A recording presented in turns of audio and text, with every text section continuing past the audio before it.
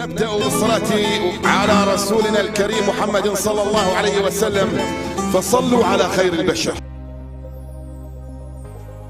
ترتيب مفاجئ لريغراغي وصادم لتشافي وأنشيلوتي.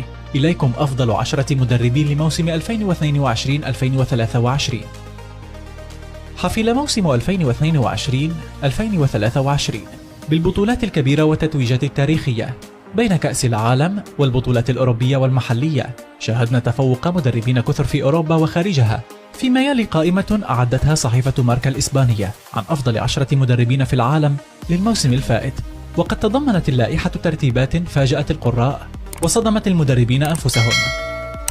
في المركز العاشر أروس فيشر مدرب يونيون برلين، هو مفاجأة دوريه الألماني الموسم الفائت. تمكن من خلق معادلة صعبة جدا من خلال المنافسة مع فريقه على اللقب حتى الجولات الأخيرة.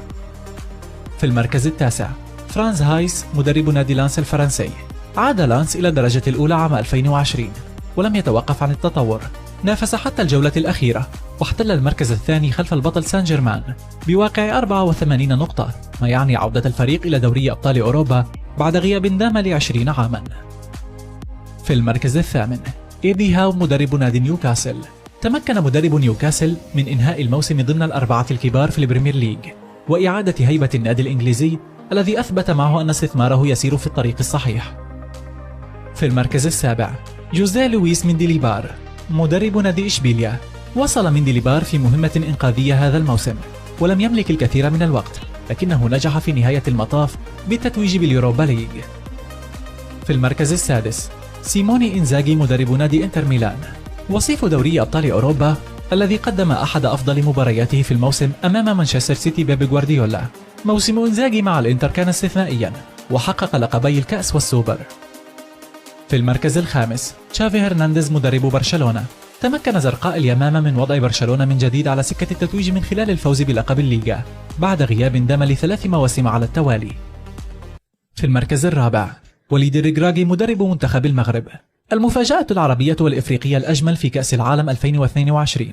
تمكن وليد الريغراغي من كتابة تاريخ الكرة المغربية والإفريقية عبر حلول أسود الأطلس في المركز الرابع ضمن منافسات كأس العالم.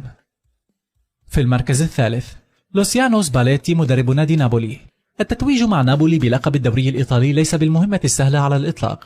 تمكن سباليتي من إعادة لقب الدوري الإيطالي إلى خزائن نابولي بعد غياب دام 30 عاما.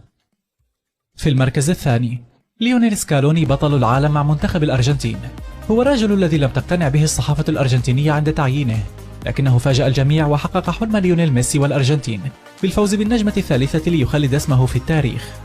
أما أفضل مدرب هذا العام هو بطل الثلاثية بيب غوارديولا. لا حاجة بنا للحديث مطولا عما حققه بيب غوارديولا ليفوز بهذه الجائزة.